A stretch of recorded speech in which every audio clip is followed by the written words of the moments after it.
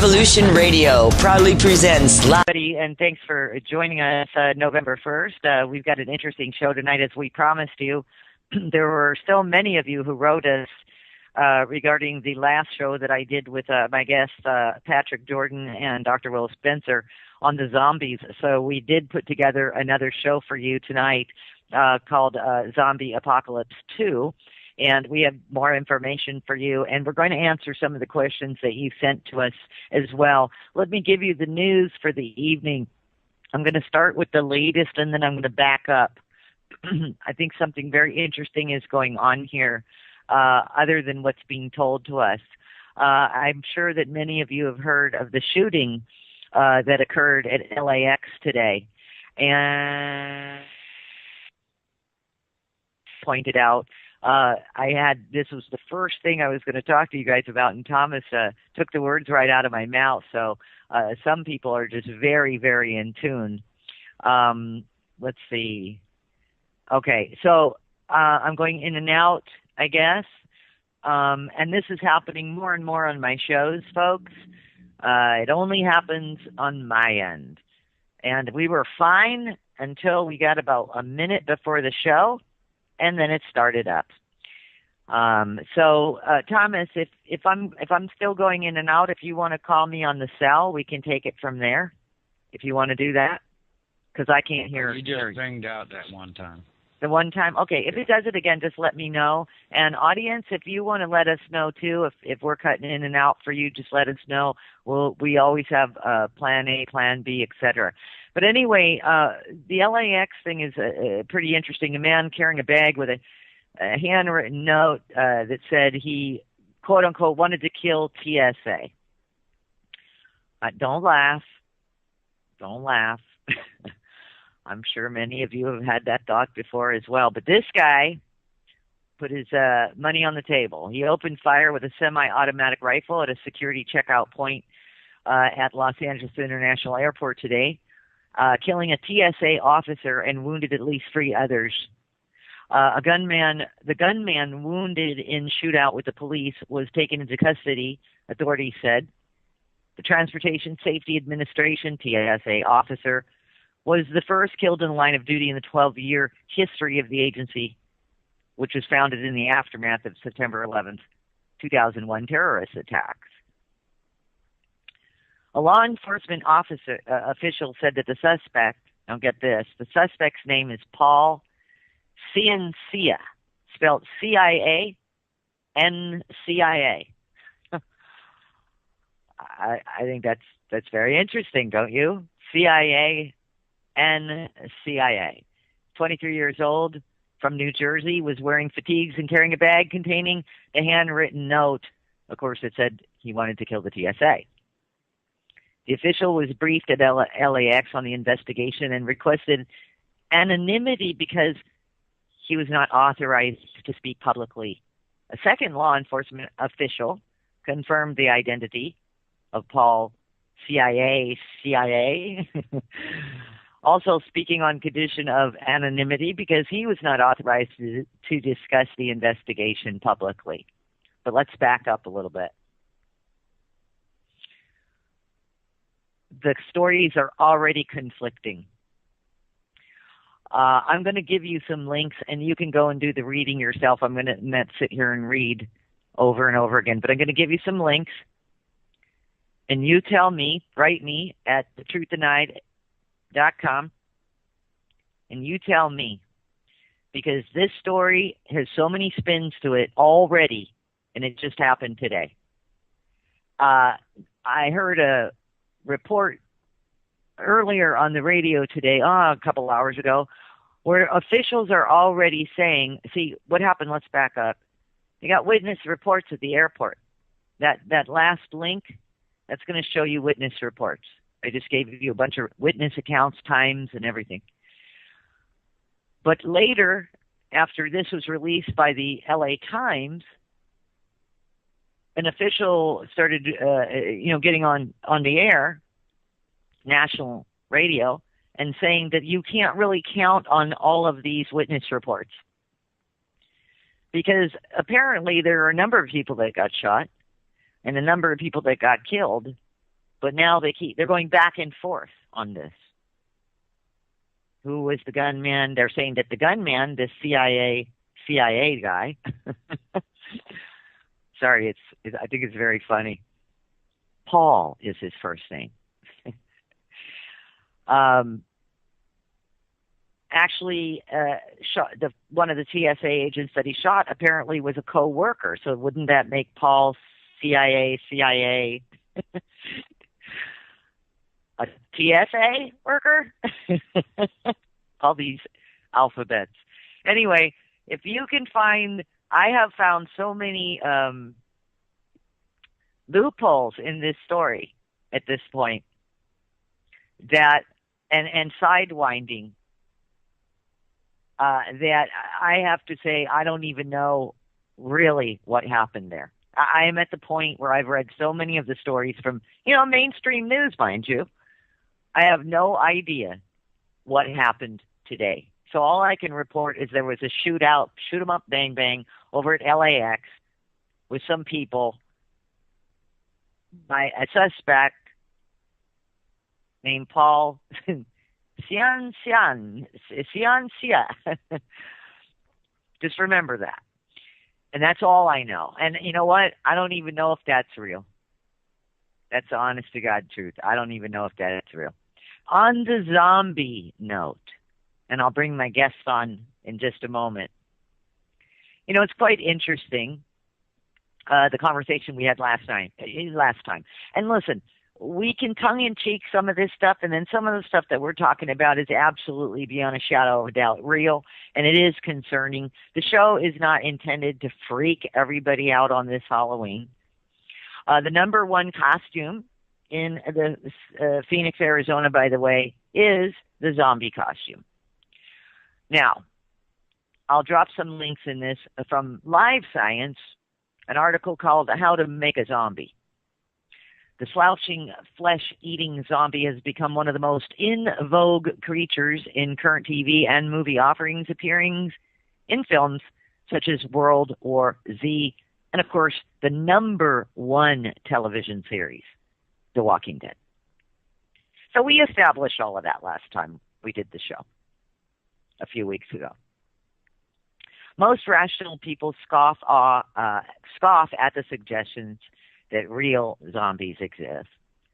But a number of respected medical experts and academic journals have presented evidence that zombies are, in fact, real. To understand the zombie phenomenon and its Haitian roots, we discussed that last time, an appreciation of the practice of voodoo, we discussed that last time, sometimes spelled V-O-O-D-O-O or V-O-D-U-N, is needed. A religion based in West Africa, voodoo is still practiced in varying forms throughout the Caribbean, Brazil, the South Americas, and other places with strong African heritage. I'll give you the links to that as well. Voodoo spirituality has a rich tradition of fetish objects, including the so-called voodoo doll. Practitioners of voodoo also place a particular importance on herbal remedies and other concoctions that may include animal parts such as bones and hair, dried plants, shells, minerals, and other ingredients. So there is that aspect of the belief system that zombies exist. You've got to think a little further back and ask yourself why it's so important that mythical attributes are there. Where did it arrive from? Where did the actual zombie arrive from? By the way, I've got a little update for you on that airport. Something very mysterious is going on because something happened here at Sky Harbor, Phoenix, the night before, last night. A United Airlines flight was on its way to San Antonio from San Francisco and was forced to land in Phoenix. The plane was diverted to Sky Harbor Airport after someone made some type of threat against the plane. The nature of the threat, 47 passengers were taken off the plane and rescreened, and their luggage was also rescreened. Roxy, you're breaking up again. Okay, why don't we just call me on the phone? Okay, be right there. Sorry, folks.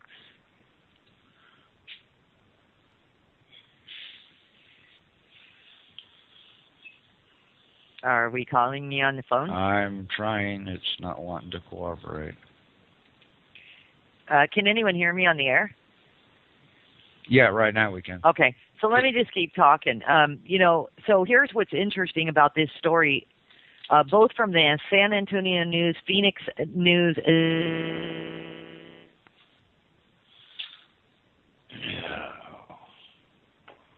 Thomas, would you like us to fill in the dead air? Yeah, could you please? I'm trying to get this working now. I'm not sure what's going on. Something is not right at her end.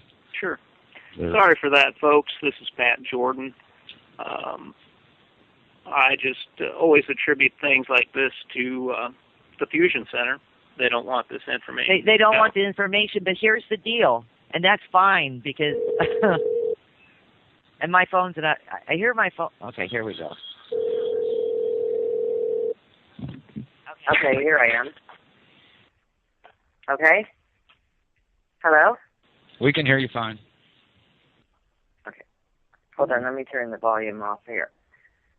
Now this has been, isn't it interesting once I get back to talking about these planes, I go off the air again. All right, now here's what's interesting, people, and I don't know what they caught and what they didn't catch. I don't know how long I've been out of commission here. But I am talking about another plane that was diverted to Sky Harbor Airport here in Phoenix, Arizona, after someone made a threat against the plane Thursday. All right, and then you have this happening on Friday. But here's what's interesting. The 47 passengers here at Sky Harbor were taken off the plane, rescreened, their luggage, their carry-ons, their cell phones, et cetera, and as of last night, it was unclear as to when the passengers would make it to San Antonio, because that's where they were going, San Antonio, but they diverted the plane to here for a threat against the plane. Again, that was United Airlines flight on its way from San Antonio from San Francisco. Never made it. But here's what also never made it, and I'm going to give you all the links. Okay, this is a big happening, right? It was on our news, the top of the news hour, when this plane was, landed. Both San Antonio News Story and Fox News Stories and all news stories regarding this Phoenix plane are gone. I have the links to show you. The stories are now gone. And they say, stories been archived. And San Antonio newspaper also, the San Antonio News, I should say, also sends you over to Fox News, which the story is gone. But if you search all of the internet, you will not find this story. Well, don't you think this is important? And we don't even know what happened to the 47 passengers. The story's never been followed up on. So if there's anybody in Phoenix that knows anything about this, give me a buzz or call in the show. You're welcome to do that. I'm very curious about this because then you have the happening in LAX, which, by the way, I gave you all the links to that. The story is all over the map, what happened in LAX. And at the end of the day, they can't even get this right. I'm still curious about these passengers who are on their way to San Antonio. The story is dead in the water. And that is very unusual of a story of this nature, is what I'm saying. So if anybody knows anything about that, sorry, I didn't finish part 2 of that. And sorry to interrupt my zombie spiel. But it's okay because we had to get this straightened out anyway with the, just never wanting to let me on the air anymore. So there you have it. Back to this, how to create a zombie. Several ways. I'm going to give you the link. It's really interesting. We'll talk about this on the show tonight as well. So I'm not going to go and read through all of this for you, but I'll give you this. But here's something else that's interesting. Here's another story. Real soldiers help tackle down zombies in Miami Warfare game. Now, the Miami Warfare game is a game. All right? I'll give you the link. You can read through it. It goes through the military soldiers who got involved and helped to create this game, et cetera, because of their background with hostages and combat ops, et cetera. You know, the true American heroes. And by the way, the name of the group is called the American Heroes. And they started up a company called Adventure Combat Ops, essentially blending the world of video games with the real thing. But let me tell you something. This is really interesting. These are professionals that they used in military professionals. All right? And hold on just a minute because my whole internet just flashed. I was just about to talk to about a terrorist sleeper. But get this. So these guys, all right, reading from the article, far from the battlefield, they now take their expertise into the civilian world. Though their new venture, people can pay to be a weekend warrior of sorts, suiting up with actual gear and guns used in special operations missions right now. And don't worry, the gunfire airsoft pellets. Sorry. After an hour of professional warfare training, one team is put into the quote game. Miami's story will involve zombies. So this particular game, Miami's story will involve zombies, Pearson explained. A terrorist sleeper cell has activated a bio threat with Greater Miami, and you and your team are fighting that force, fighting that enemy, and taking care of any hostage situations that may occur. This is the game. Okay, and so now he's asked, why zombies? And he answered, zombies are exciting. It's a very real threat, and you've got to be prepared. The zombie attacks and ensuing missions are being planned around the country. However, the first mission will happen in Miami in November. They're doing zombie training for real. The group is pledging to make it as realistic as possible, even using explosives. But at the end, they have a caveat here, and I'll give you the link. And if you want to participate in learning how to combat a zombie, as the military gentleman had said, because a zombie threat is real. And I'll leave it at that for now. Let me introduce you, for those of you who have heard my show before and do know our guests, and that's wonderful. And for those of you who do not know my guest, Author Patrick Jordan follows suit with evidence to support zombies are real indeed, and has built a chart in order to demonstrate the different levels of zombification. Patrick also states that we are looking at behavioral molecular switches, MK, and just generations of bred super stupid rats. Later on the show, Patrick he added to the show, he said, what I'm saying, and this was last time, he said, what I'm saying and what nobody wants to believe or nobody wants to hear is that we're already dead. We're going to have him explain exactly what he means by that. And, of course, Dr. Will Spencer is very aware of such things called the rage virus, toxoplasmosis. We'll get into a little bit of that. We kind of covered this last show, so we're going to try to move forward here. And, of course, Will Spencer is, in the movement of aiding people, human beings, mainly getting rid of pathogens that are pretty exotic, that even the CDC doesn't know what to call them anymore. So we're just going to dive into this whole one scenario after the other. We're going to cover cultural contagion, which is biological chemical warfare, and social cultural movement that has been organized, such as activism, and those who speak out against tyranny are also under attack from the social engineering plans, et cetera, and sort of zombification in itself. And so we're going to just go for it, and let me bring on my guest now. Welcome to the show, Will Spencer. Thanks for being here. Hey, good evening. Thank you, Roxy, and thank you, Pat, and thank you, listeners. And Patrick, why don't you join us? Thank you. Hello, listeners. Hello, zombies. What do you think about that? That the number one costume was zombies for Halloween. Patrick. Predictive programming. You said that last time, yes.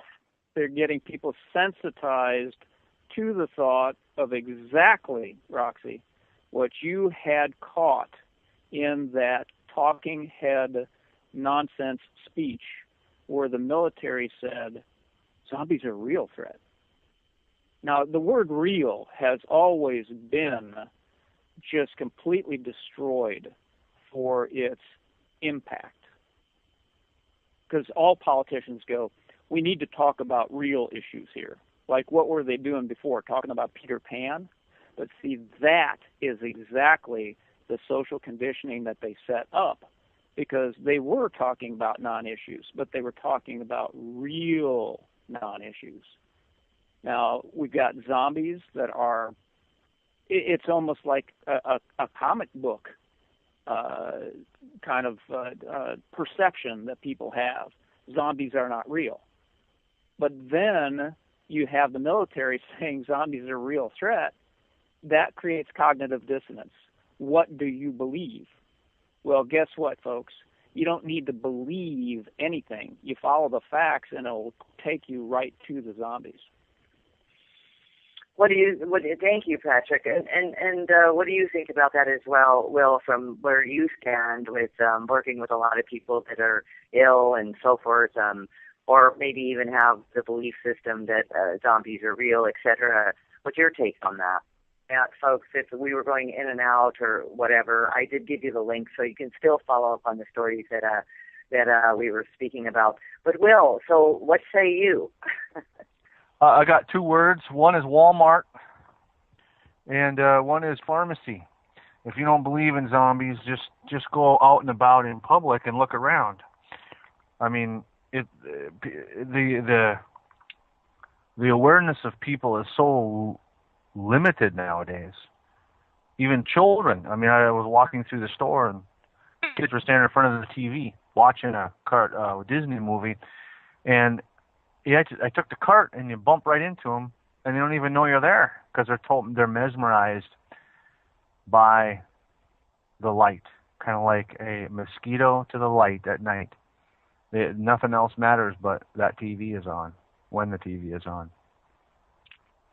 Will, you're gonna lose that bet of not being able to say Walmart during the broadcast, so that I can sing them. But what I would like to bring out of Will's position on this is something that he and I personally have experienced.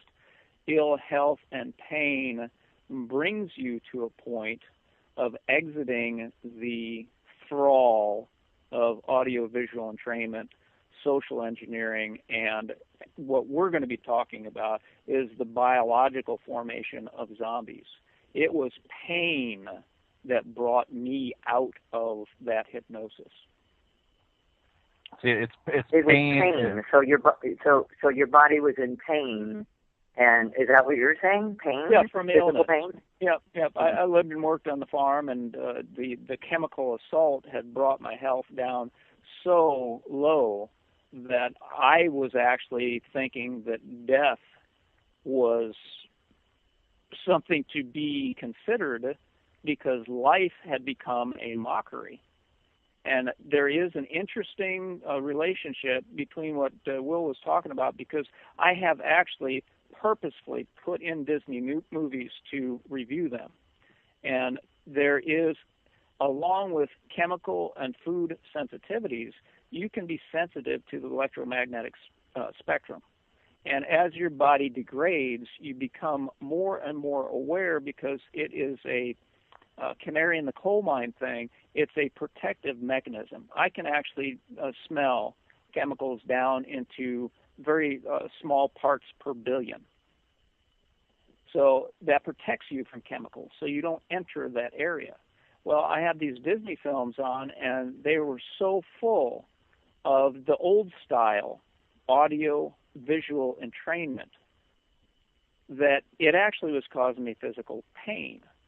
And that's when I realized I had been able to see through many of their assaults on us because I was in pain, and the pain threshold was so high that their programming couldn't get through.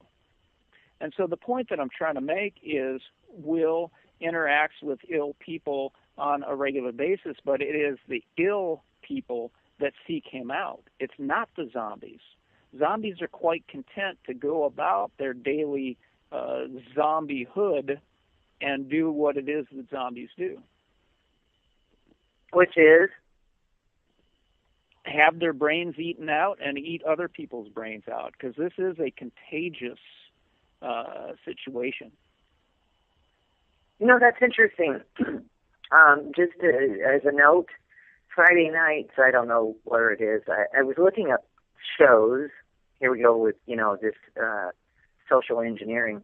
2 shows back to back. One's called Grimm, and the new one's called Vampire. I don't know if it's called Vampire. I'm pretty sure it is, though. Both shows are about this very thing, sucking the life out of other people, blah, blah, blah, blah, blah. Grimm is gruesome, actually. Vampire is about vampires. But all of it's staged. It's all staged in the modern world and how it's acceptable. Both the vampire and both the Grimm is about vampires / zombies as well. So going back to the sitting on the couch, the programming of as you said, the old school Disney stuff, it was weaker, is what you're saying. The programming within the cartoon or the whatever was weaker than it is today. So they've upped their game on the programming. Would that be safe to say?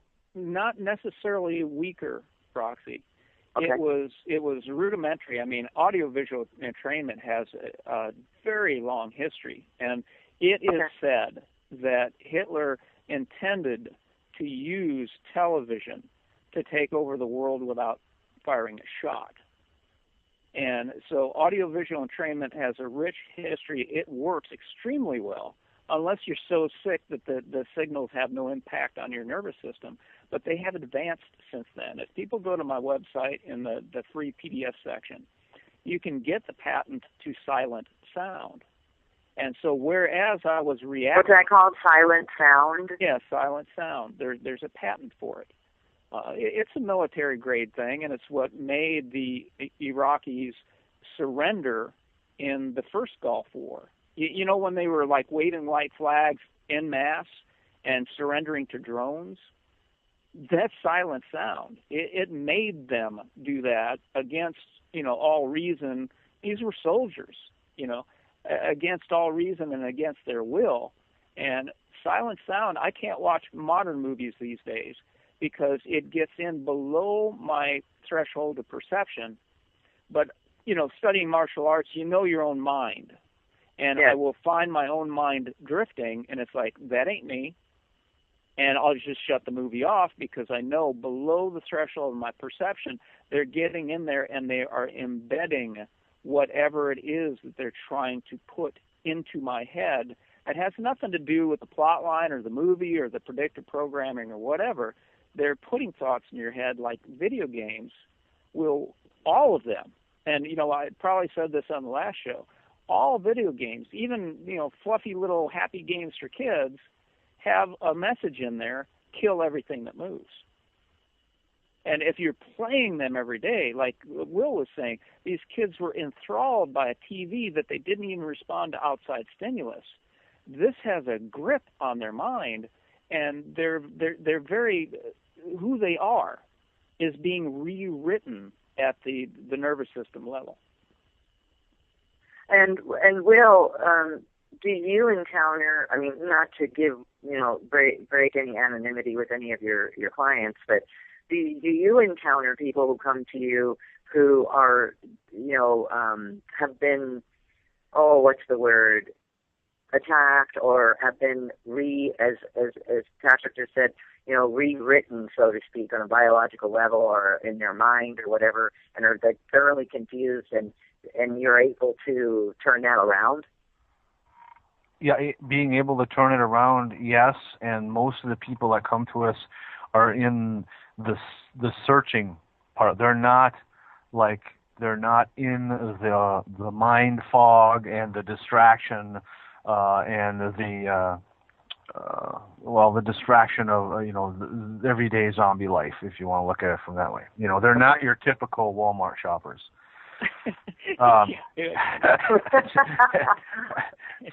Because they're already in pain and they've already determined that the medical system isn't helping them, most of the natural health system isn't helping them, and so they're continuing to search, and they usually find one of my shows in the past archives or our website or something, and they call.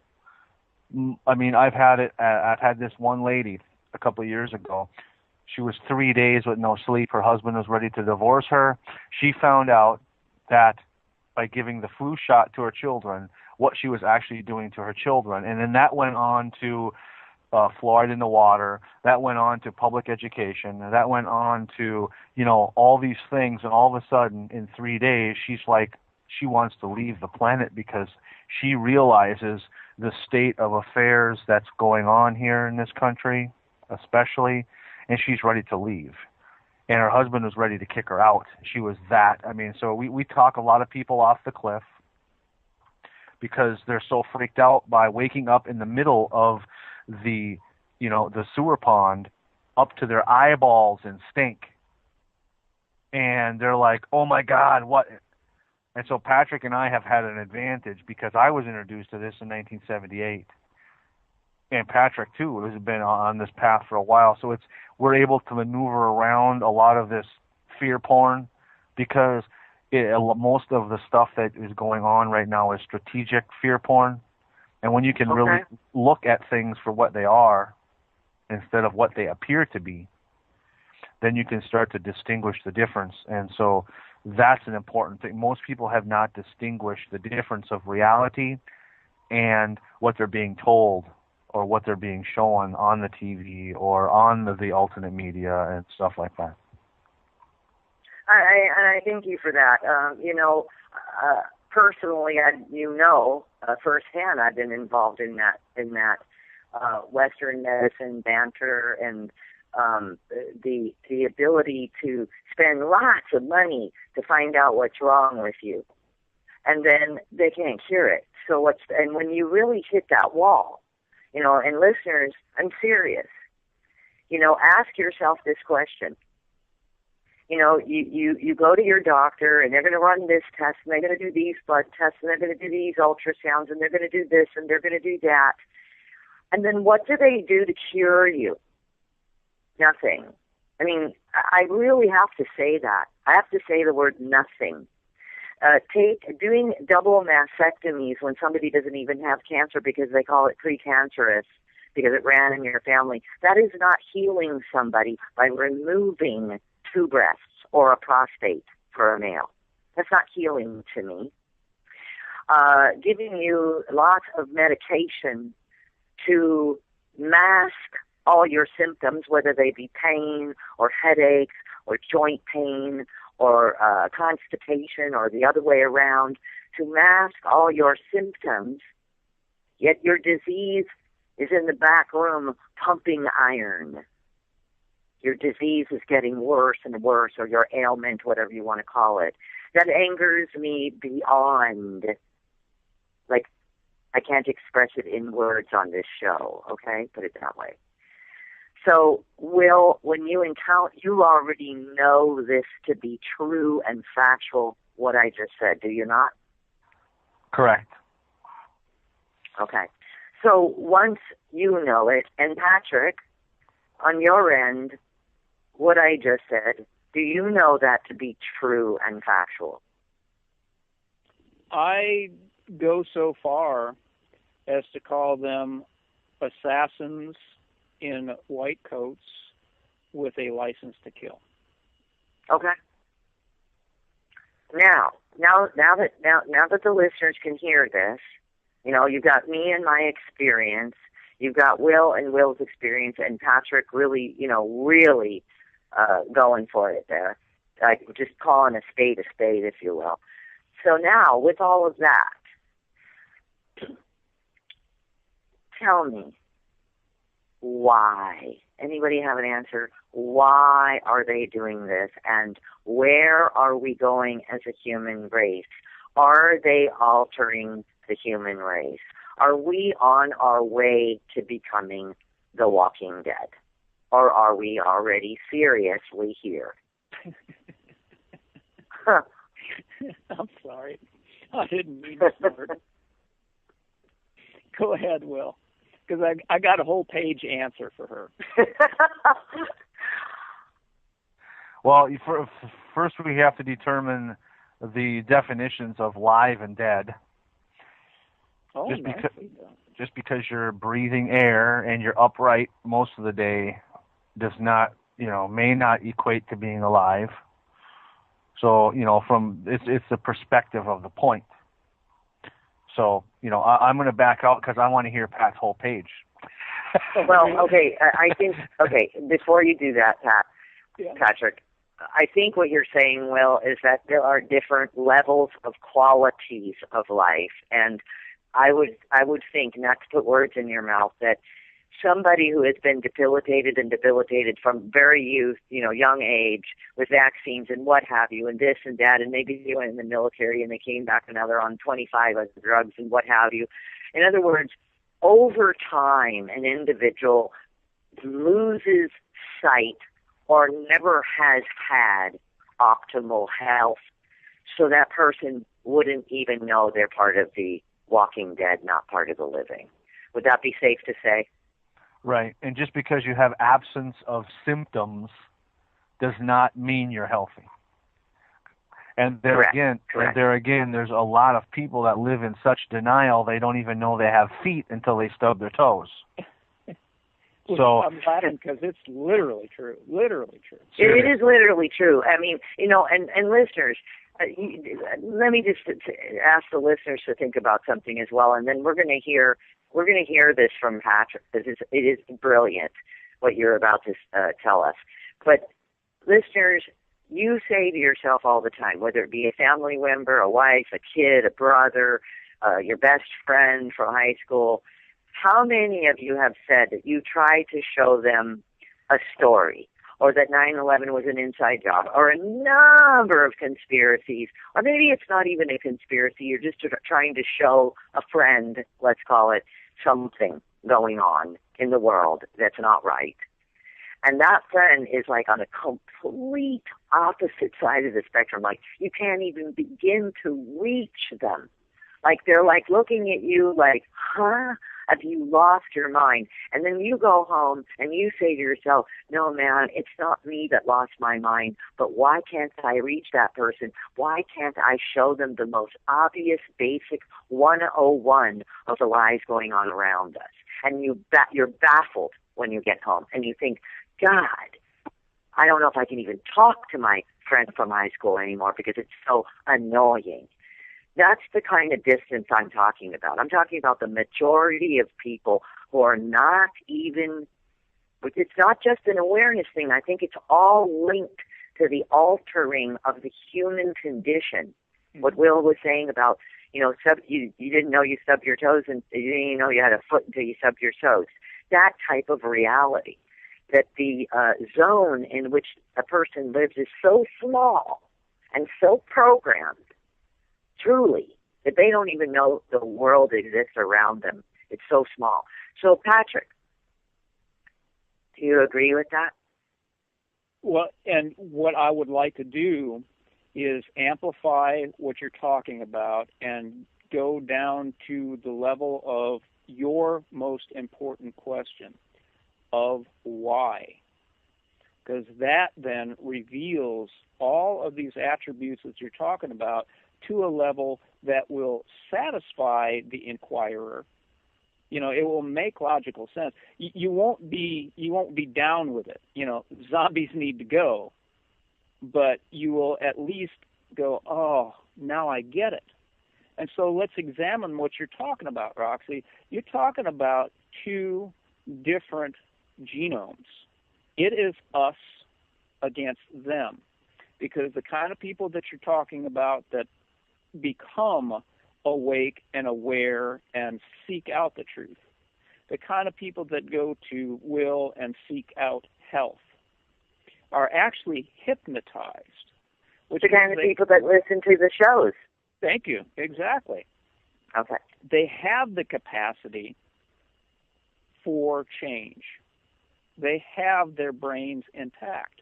And, make a list. Bromine in bread and beer and soda pop, audiovisual entrainment, silent sound technology, fluoride in the water, GMO crops, vaccines. These are all brain assaults.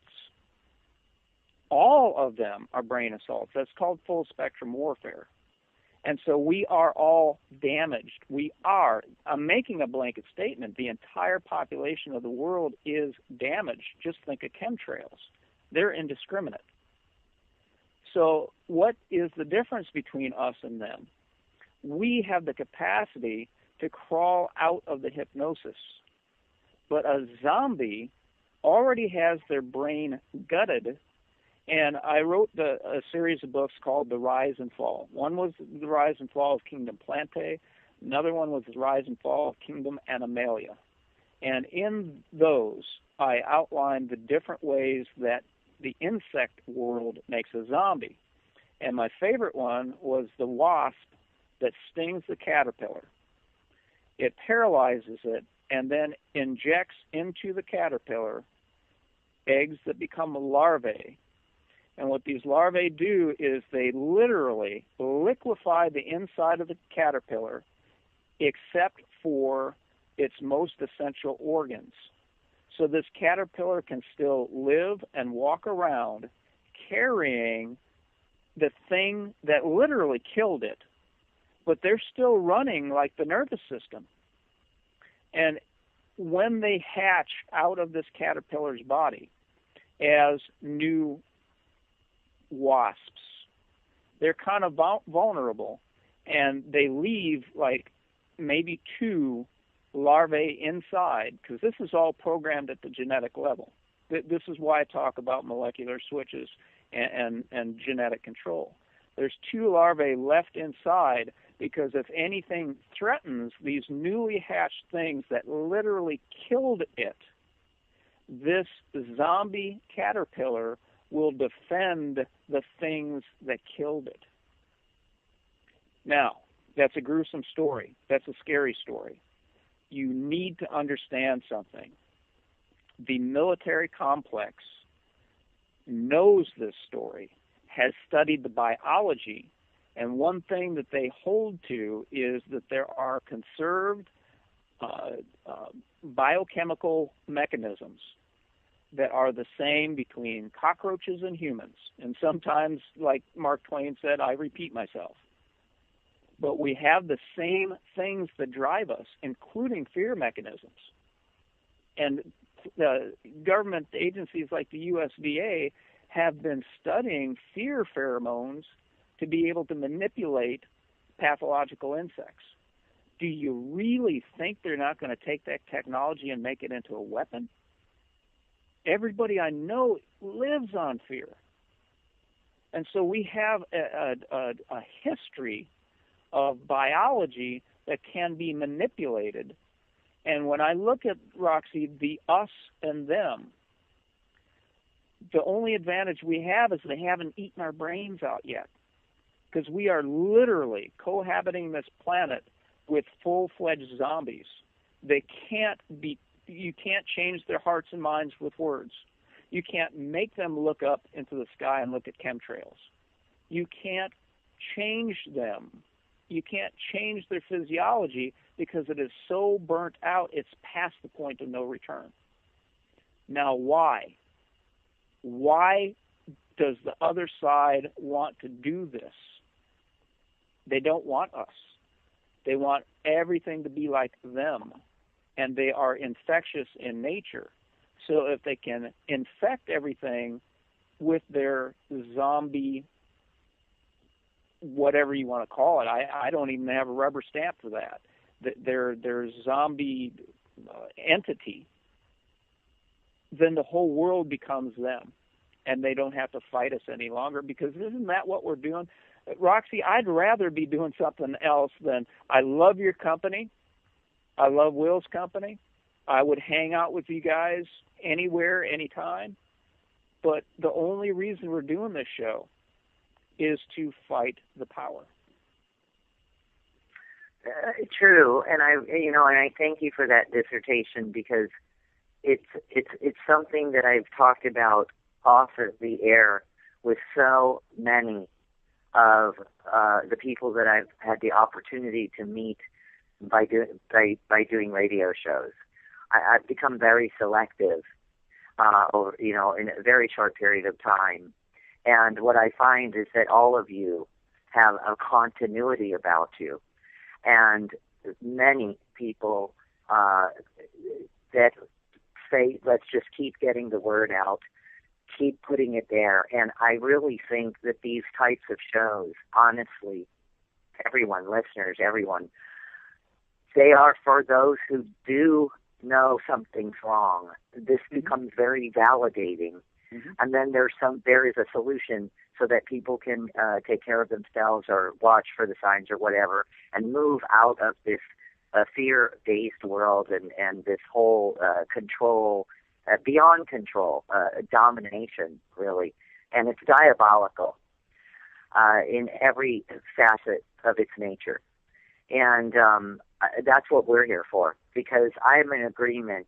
There are those, and that's why I do have to say this, I stick with like minds, because there are those that I will never, ever be able to aid, assist, convince, even, not that I'm trying to convince anyone of anything. And it's interesting what you said about the switch, that you will go after those you are supposed to protect, kind of a deal.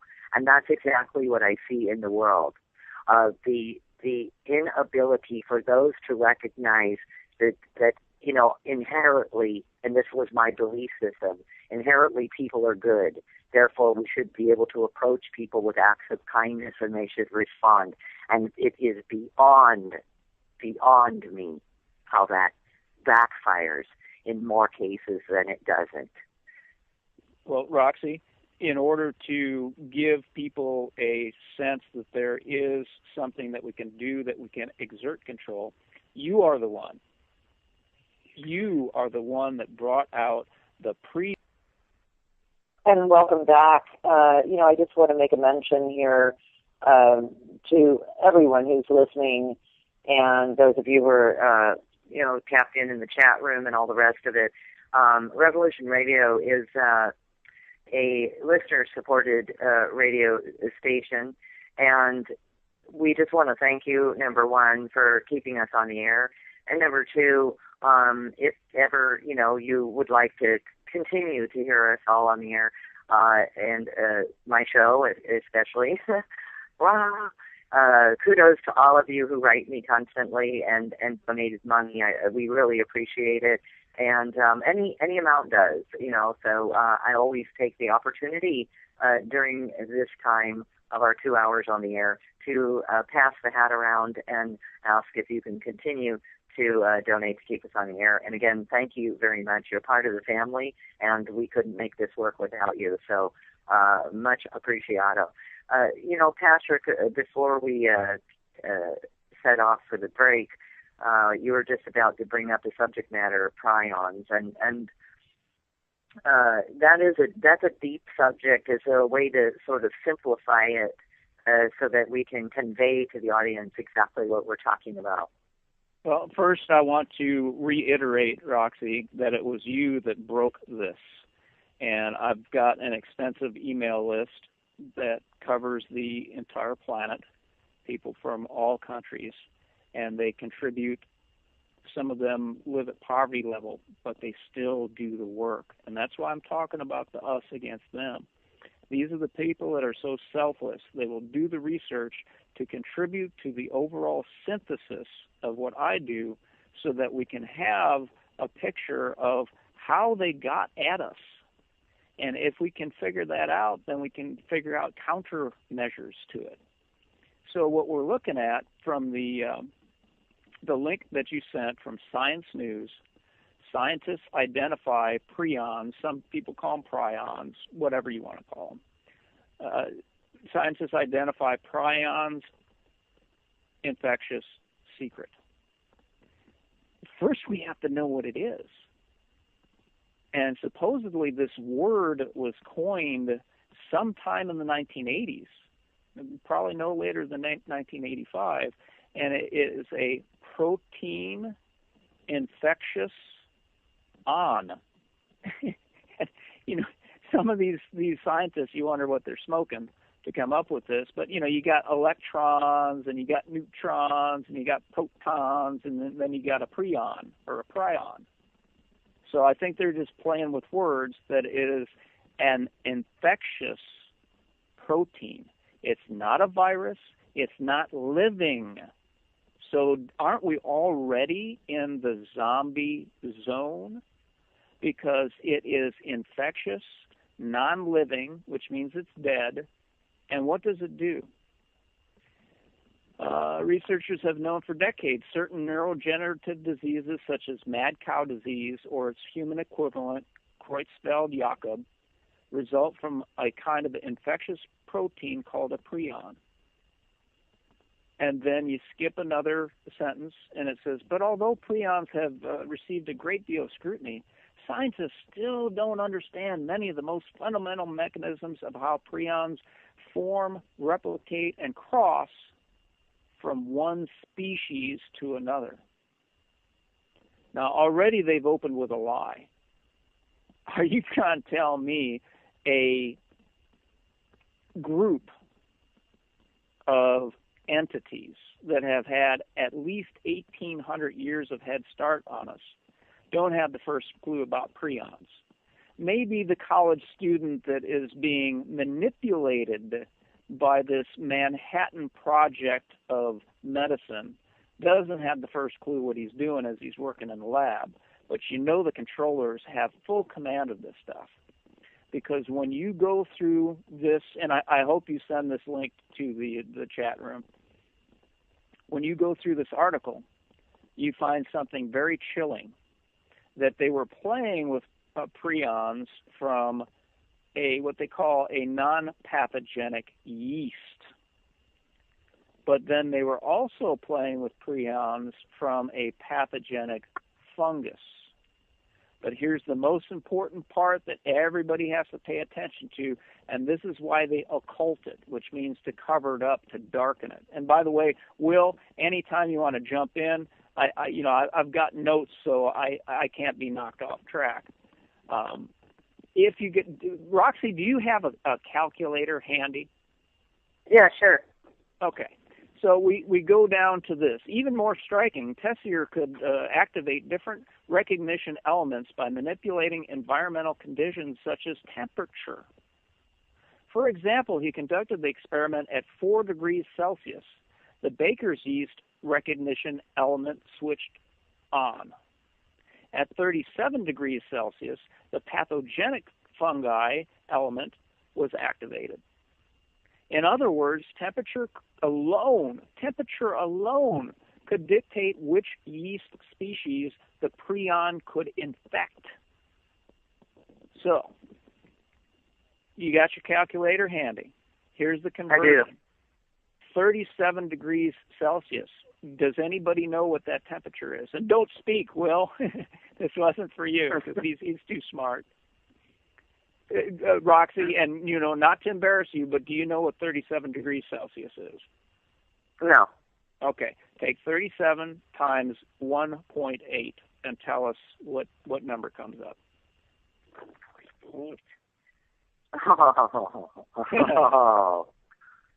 Oh. Tell us. That's interesting.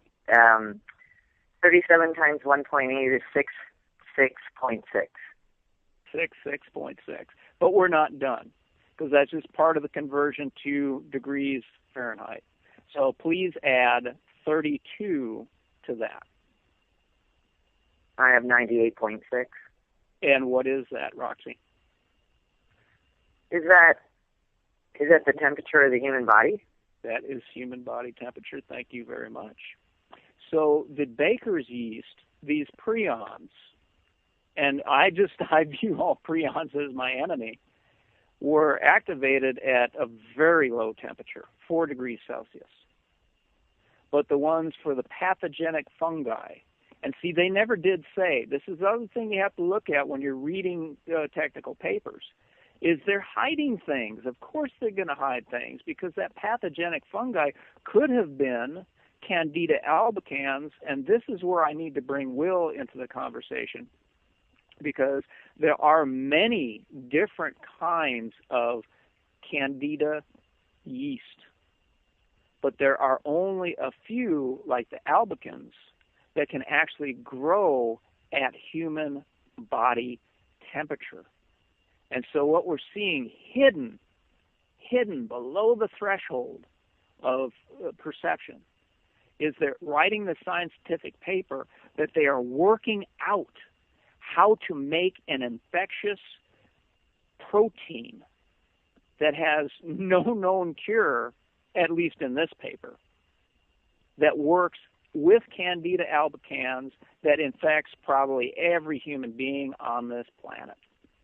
This is not a science paper. It has nothing to do with health. They're developing a military weapon. Well, let me add to that real quickly. Here, let me interject. On the CDC, in regards to prion, of course, they go down, the typical bovine spongiform, and which was, in my opinion, a mad cow. I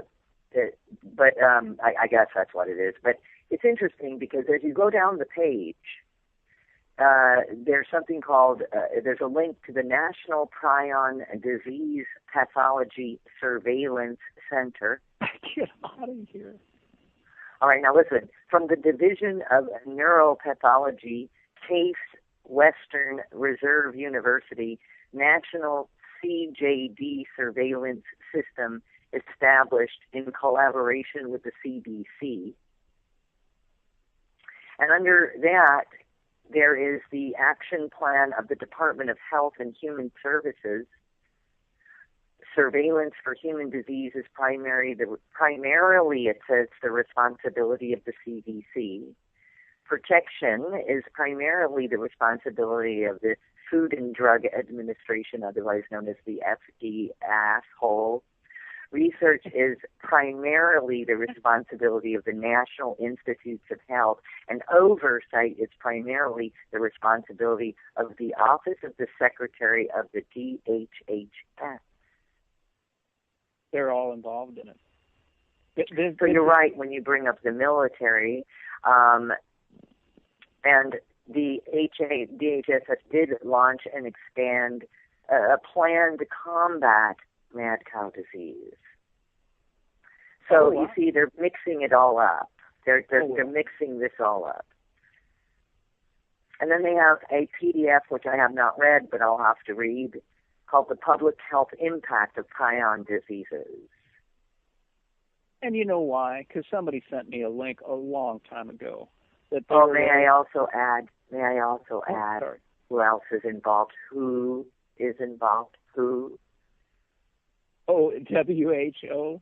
Who is involved? The World Health Organization. Yeah, as they would be. Yeah.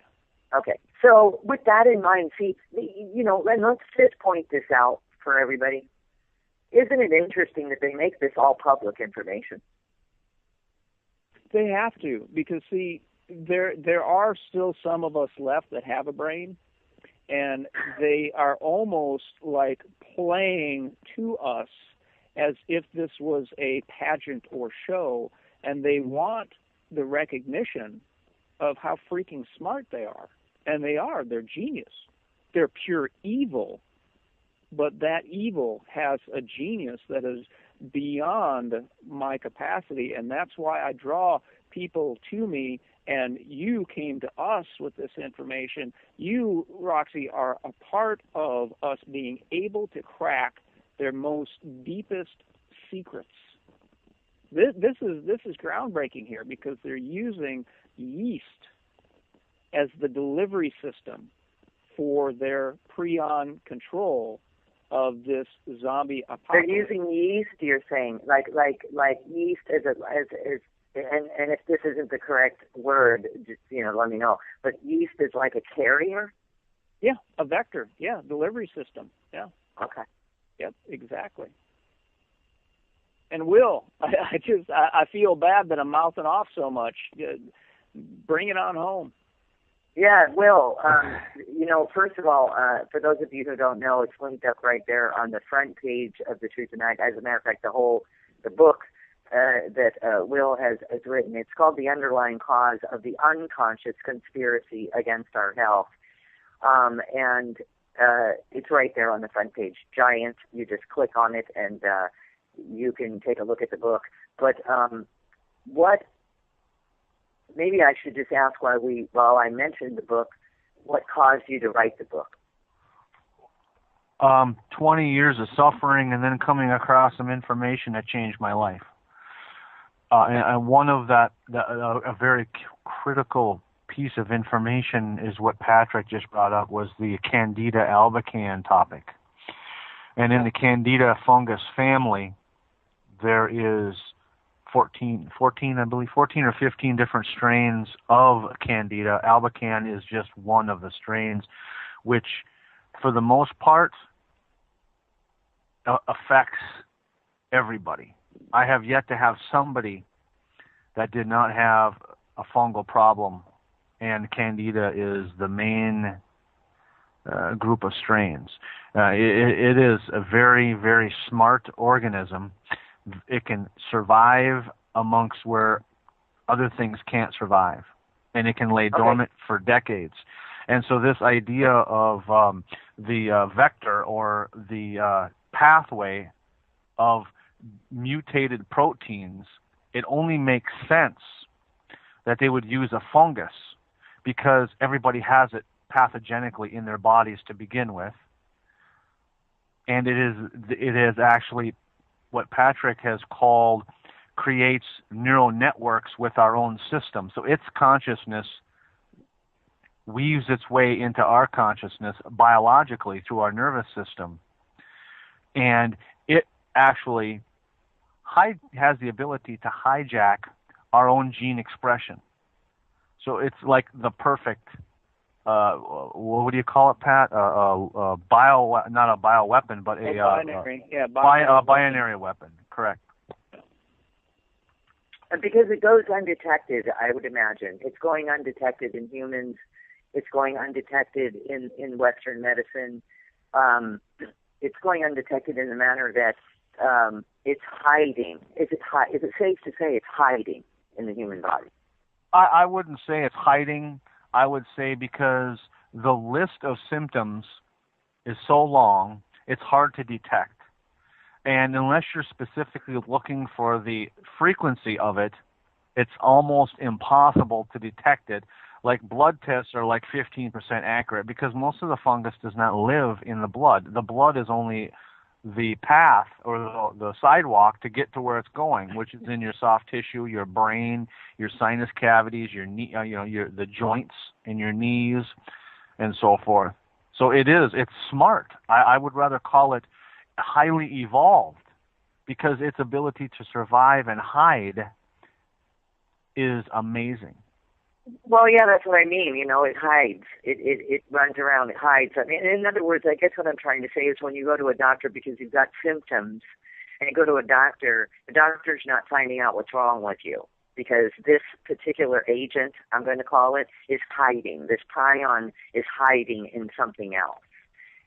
Well, it is, but see, now you're assuming that the medical system is there to help you. See, and that is a big, a very not accurate way to look at the medical system, as well as most of the natural health industry. It's not there to help you. It's there to sell you its goods, and that's the misnomer that people get confused about. So, Roxy, even if they knew, which they do, even if they knew what was wrong with you, I've got some, you guys, sorry to interrupt us, we're just a race against time every time I get you guys on the show. It just evaporates. But let me throw a couple of things at you really quickly. And the very good listeners, you're asking some questions that I intended to ask as well. One of the questions, we won't answer this right at this moment, but Moxie's got a great question. She wants to know if there's a way to kill it. Moxie, so do I. We'll definitely get that question answered, but let's ask a couple of the easy ones. Is a person a form of cannibalism? Is what now? It's the question. I'm not quite clear on what they mean. The question they're asking. Is what a prion. Okay, is a prion, a form of cannibalism? A prion is so unique to my classically trained science. It is a standalone protein that somehow folded the wrong way. And that improper fold then becomes the first domino. And if anybody's ever seen V is for Vendetta, to knock down every other domino that it touches. And what this does, and Will had asked that, before we got on the show, if we're going to talk about nanomachines, it is the equivalent of not necessarily, I guess it would be, it forms an amyloid when it touches other proteins. So it makes this waxy chain of molecules. So you can lump it into a self-assembling molecule. We're already in the range of the Borg of Star Trek. We're in the range of Morgellons. We have just jumped topics. That a prion is like, it's its own thing. It's building as it destroys. And that's like an Illuminati kind of concept, order from chaos. Oh, got to write that down. Go ahead, talk amongst yourselves. In more to answer the question for the listener, what I see here, and I'll give you a link, listener, and you can take a look at it. The abnormal folding of the prion proteins leads to brain damage and the characteristic signs and the symptoms of the disease.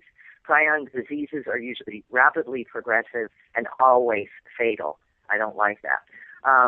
So hopefully I'm going to give the listeners a link. And, of course, I'll put this into the article that I write that goes along with this show as well as a reminder for anybody who wants to understand more about that. So we're not eating ourselves. This was something that was another person. Right? We're not eating ourselves. Okay. Another person asked, "Is brewers?" Because you guys brought up yeast, so they asked, "Is brewers' yeast okay?" I guess to eat. Well, see, this is where Will and I are saying what nobody else is saying anywhere, and I'll let you tell it, Will. Are those diseases out there?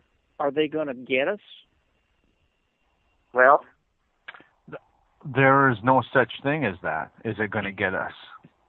Well, can we answer the listener's question, though? They asked, "Is brewer's yeast okay?"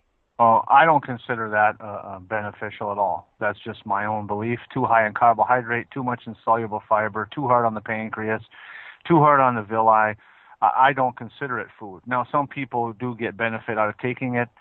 I don't recommend it because there's much better, more thorough, much easier on the gut ways of improving your health other than that particular item. That's my 2 cents on that. Okay.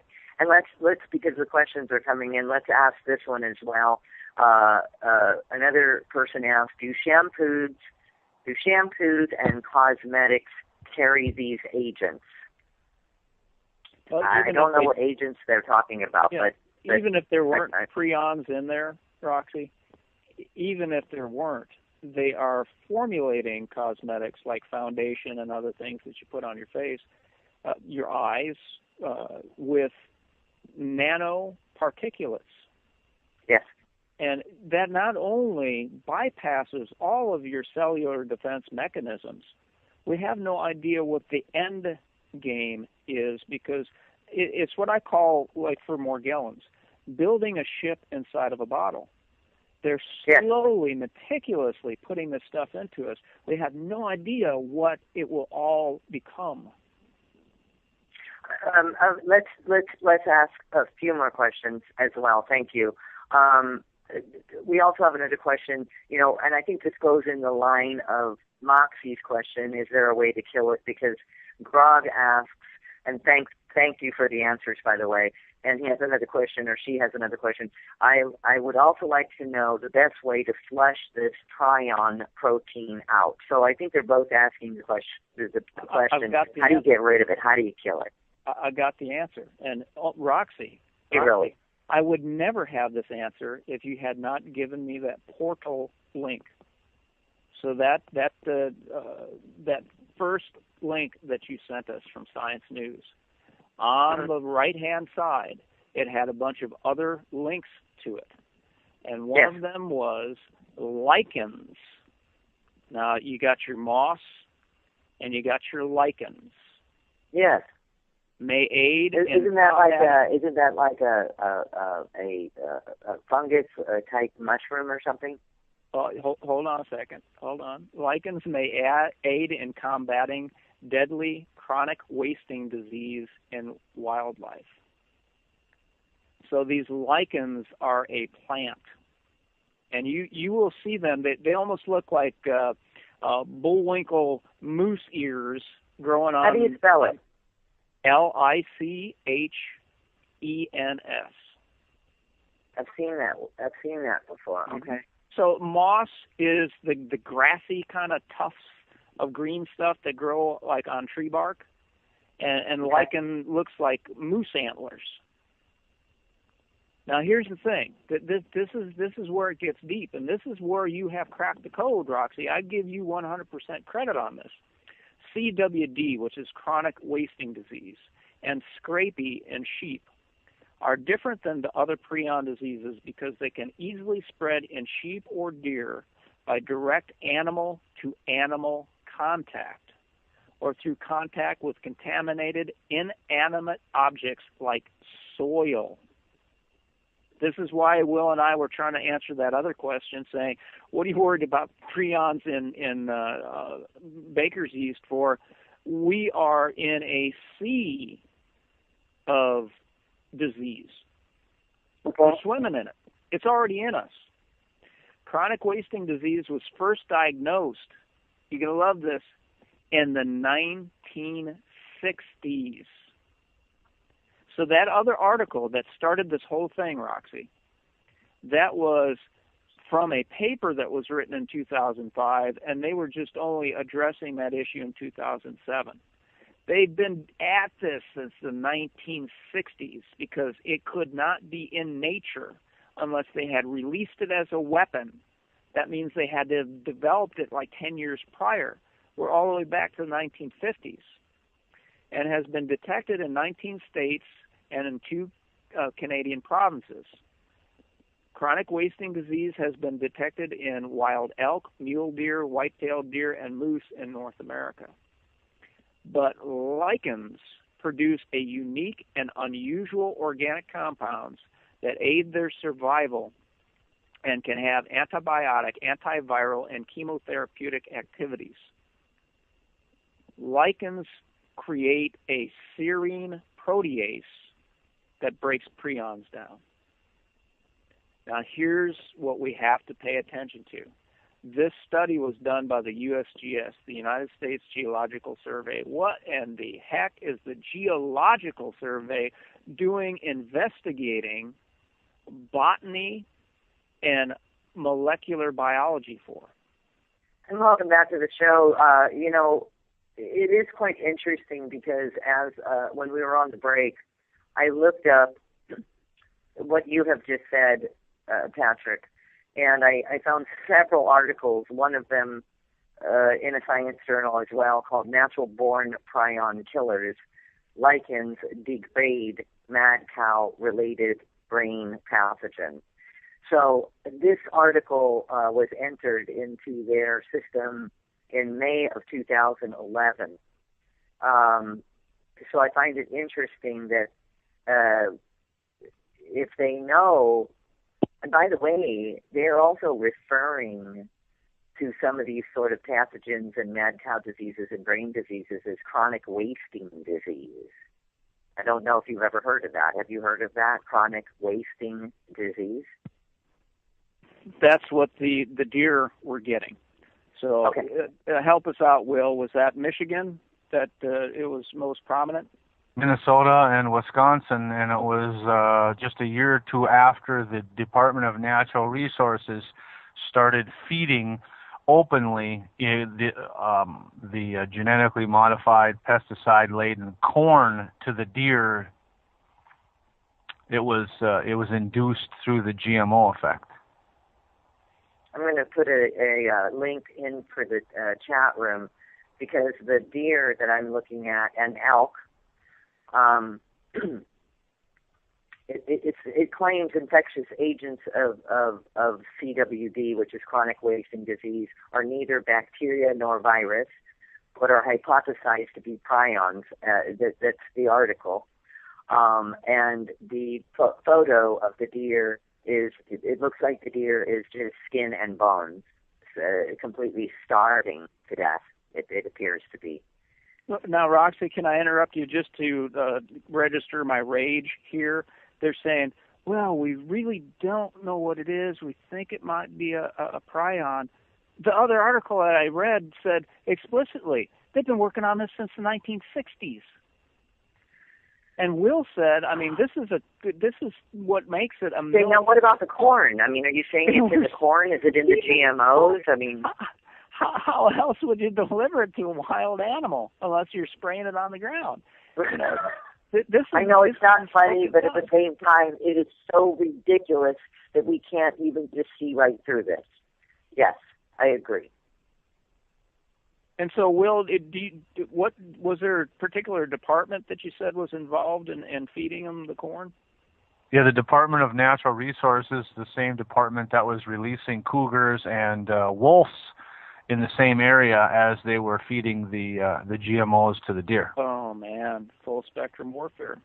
Exactly. Now, was this domestic livestock, or were these wild deer? No, these are all wild. Mm-hmm. Mm-hmm. These are wild deer, and why did they find the need to feed them corn?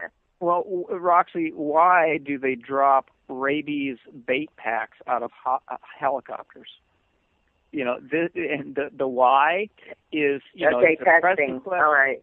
They have to get their corruption to infect the entire planet. That is why they do it.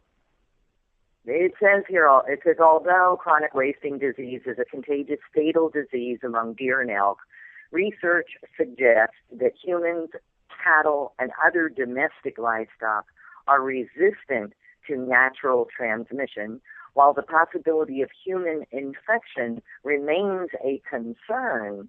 It is important to note that there have been no verified cases of humans contracting chronic wasting disease.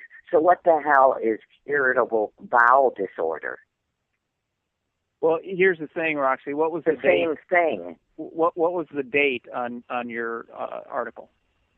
Ironically, I've been looking for the last 10 minutes for the date, and there's no date on this article whatsoever. Because that 2005 paper that was featured in 2007 said unequivocally that they were able to make the prions jump from Baker's yeast to pathogenic fungus. And it's all done with switches. That's why I was, very shocked that they used heat as a switch to make it go from one species to the next, because Will and I are doing a series on his Rev Radio show on the biology of aggression, which is a NATO book, so it's a military book, that talked about using molecules to switch actions, biological processes and behavior in human beings. So that's where I got the term molecular switch. Well, what we're looking at is two sets of molecular switches for prions. One, they can make it dance like a jumping bean with heat, but also they have to have an off switch, because a prion could literally be the plague that wipes out the entire planet. But these lichens have this protease that can break down these evil proteins, and therefore that's their off switch. That's why once we come up with this knowledge, we have to pursue it, because the lichen one. When was that published? Yes.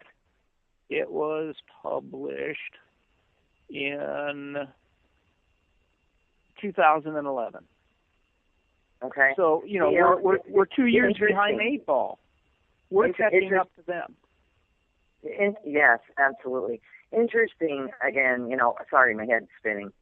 I just have to interject. You guys are also sort of reminding me now, in this particular no date of entry to this website, the scientific, it does say that the disease in the elk and the deer were in North America and small epidemic areas of northeastern Colorado, southeastern Wyoming, and southwestern Nebraska, but have recently been found in several new areas across the North American continent. But I have to say something.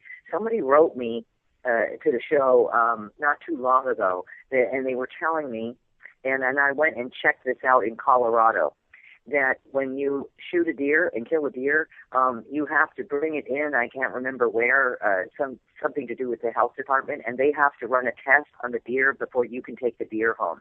So you're not allowed to go out and kill a deer. You have to. It's like the law now. So now that's starting to make sense why they're doing this. So they're very well aware that this is going on. Let's talk about spread. Again, this is from the same links that you provided me, Roxy, and all I did was look in the right-hand corner, and I followed all the links on prions. October 17th, 2012.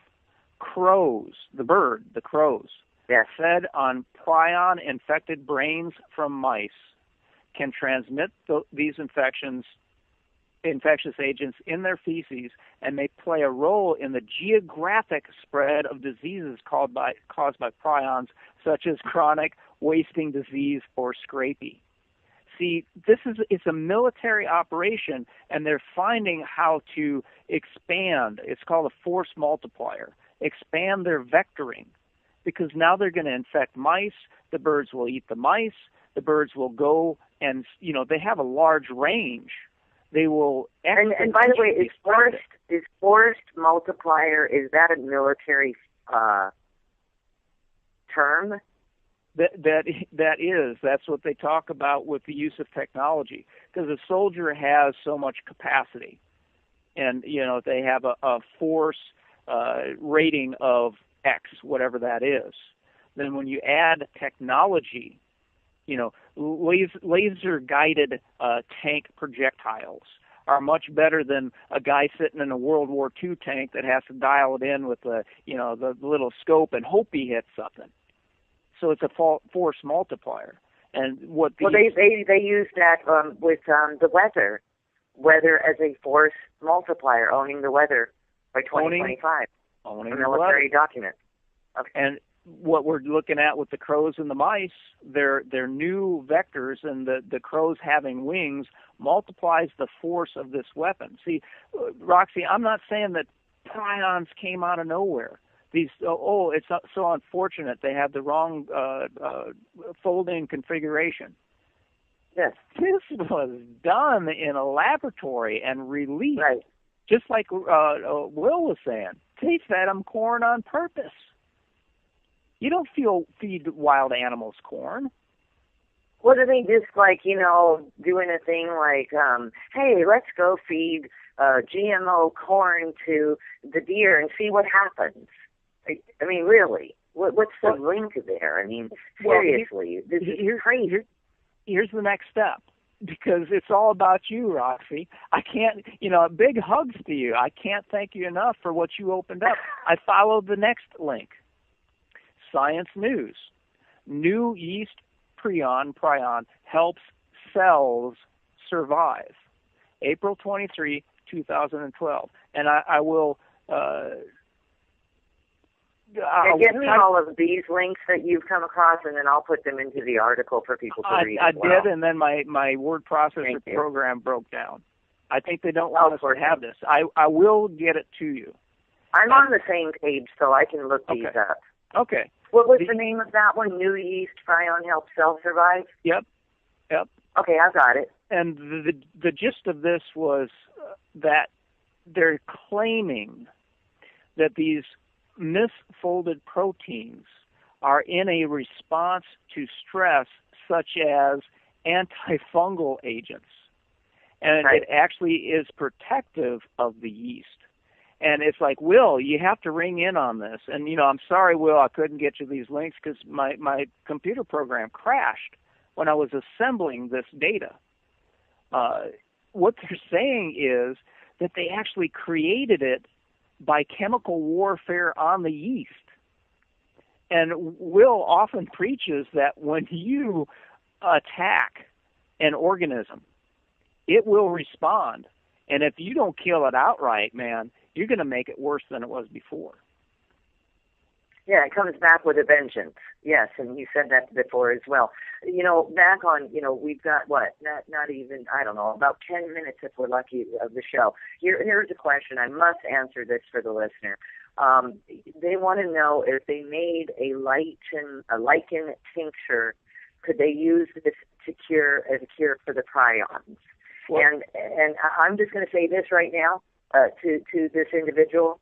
First of all, anything to do with anything cures and things like that, or we cannot discuss that on the air. We cannot recommend that you do or don't do that. I want to make that very clear to both Patrick and Will as well. We cannot do that on the air here. But what I will say is I am going to write up an article, and you are very able to contact both of my guests to discuss that aspect, because first of all, you're assuming that you have a prion outbreak in your body, or whatever. So let's not jump to anything. But so maybe I should say don't answer that. Okay. Can I say this? That I personally was pulling out my books off the shelf to find out if there were any toxicity issues with lichens. But then I also have to pull out my reference books to find out which lichen it was, because guess what? There's a lot of different plants out there in the world. So I'm just saying, that's what I was doing, is, looking what I can do with this information. Yes, and much appreciated. And, again, folks, if you want to contact either one of our guests, all that information is right there on the front page of thetruthandI.com. And if you're ever looking for, this show, just go to the schedule page and you can see the shows that they have done on all of these subject matters. And both of my guest links are there as well. And we'll mention it right before we get off the air again. So I would imagine lichens, from what I'm looking at, have a multitude of flavors. It looks like there's a lot of different kind of lichens, is what I'm saying. And, basically in the tundra, that's what sustains reindeer. That's all they eat. You can grow an entire animal on just lichens. So well, then hunt a deer down, right? Say again. I mean, watch what a deer is eating and then go grab some of it. Now, in that regard, and this is all hypothetical, what I just said, that might not be right? Because deer, don't they have a different biology than humans? Will? And that's, go ahead, Will. Well, here's they're herbivores, more like a cow or a goat.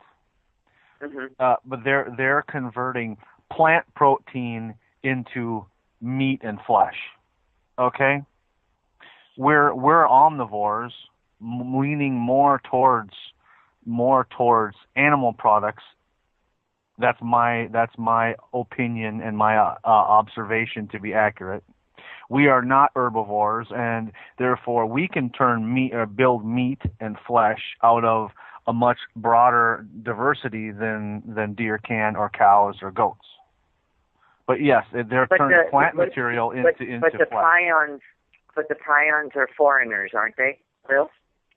In that equation, yes, because to create the prions, you feed animal meat to a herbivore like a bovine or a deer, and in that digestion process, the prions are are created because they're altered protein, because a herbivore is not designed to eat other meat. They're only designed to eat plants or herbs.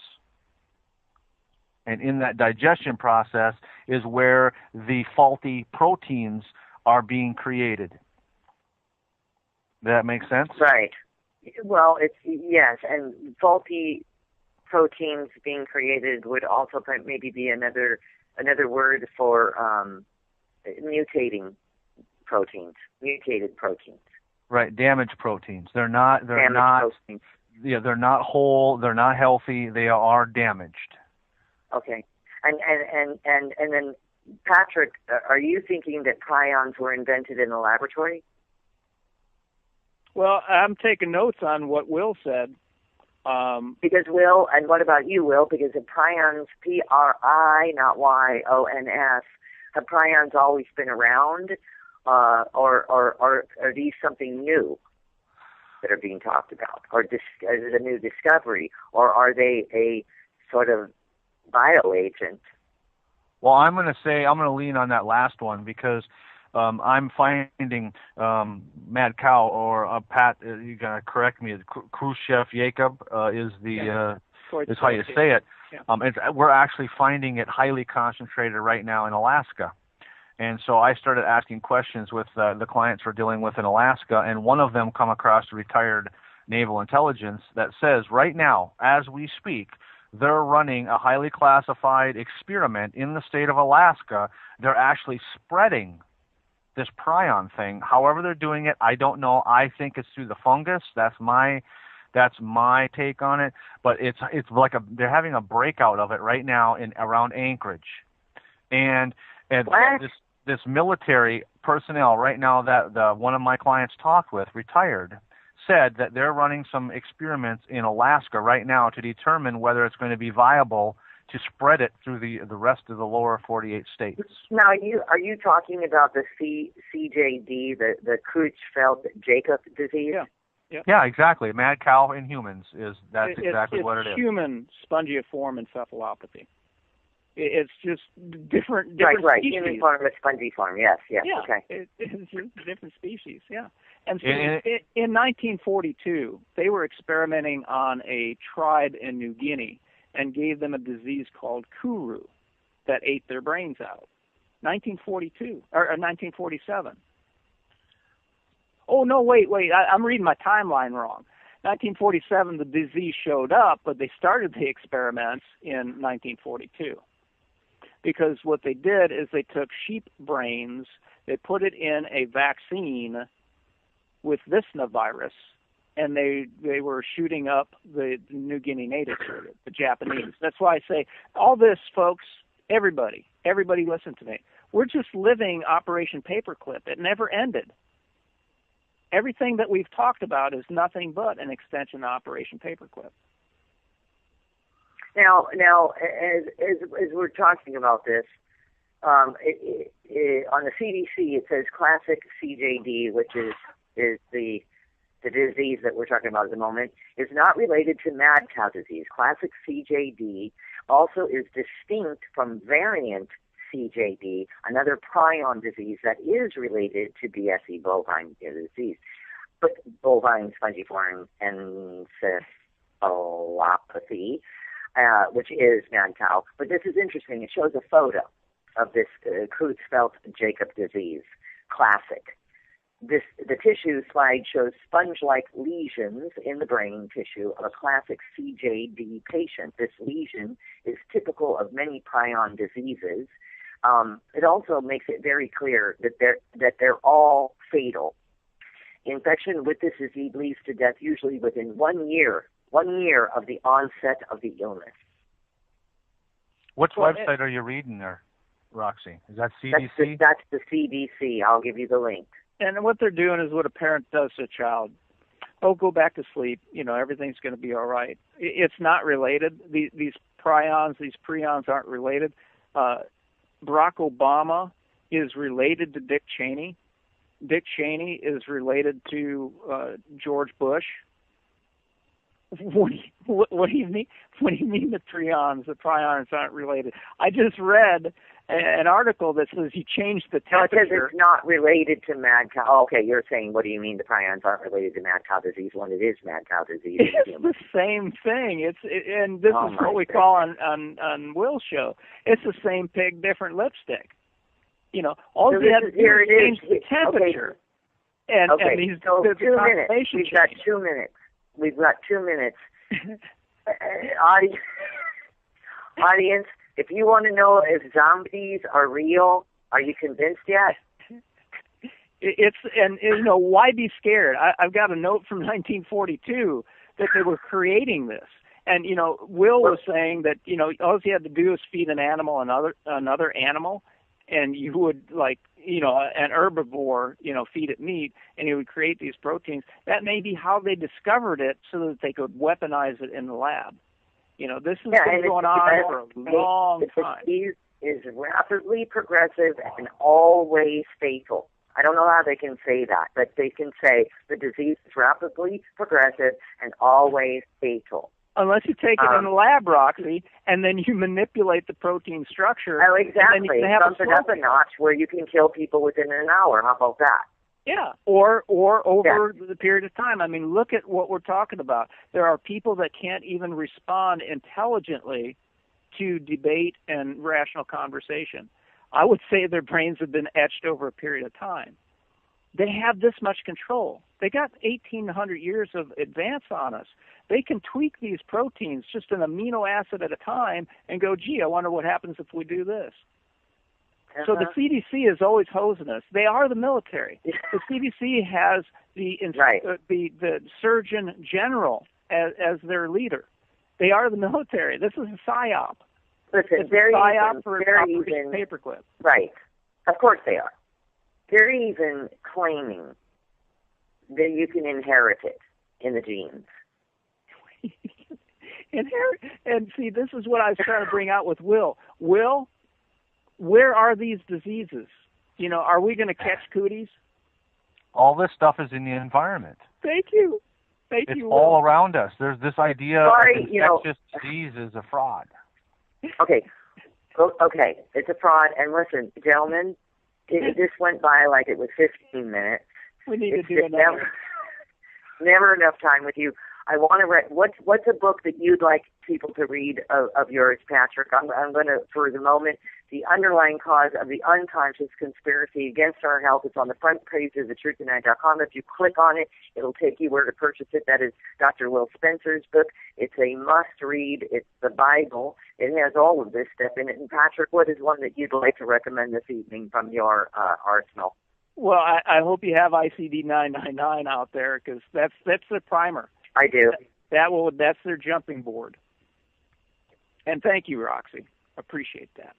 Well, listen, because you're welcome, and and for those of you who are listening, when you hear us laugh, have you ever gotten so scared you just start laughing?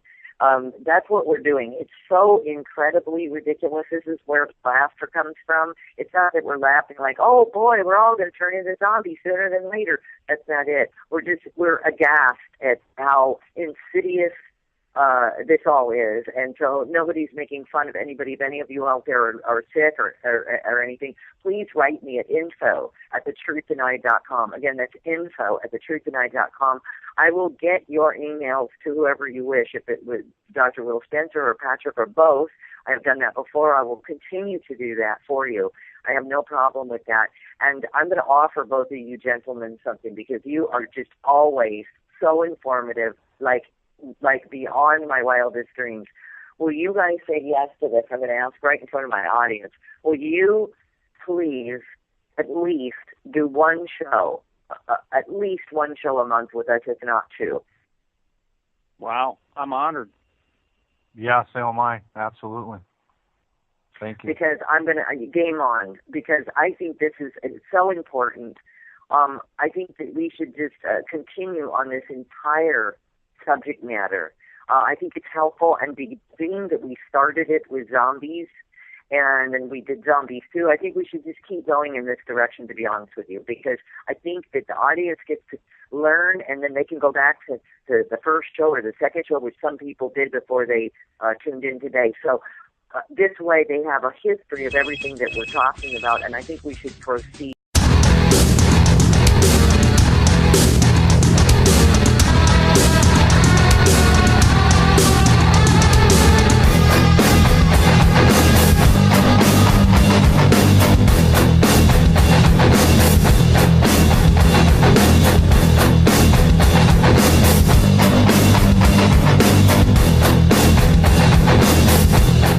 Revolution Radio proudly presents live. And thanks for joining us November 1st. We've got an interesting show tonight, as we promised you. There were still many of you who wrote us regarding the last show that I did with my guests, Patrick Jordan and Dr. Will Spencer, on the zombies. So we did put together another show for you tonight called Zombie Apocalypse 2. And we have more information for you, and we're going to answer some of the questions that you sent to us as well. Let me give you the news for the evening. I'm going to start with the latest, and then I'm going to back up. I think something very interesting is going on here, other than what's being told to us. I'm sure that many of you have heard of the shooting that occurred at LAX today. And pointed out, this was the first thing I was going to talk to you guys about, and Thomas took the words right out of my mouth. So some people are just very, very in tune. Let's see. Okay, so I'm going in and out, I guess.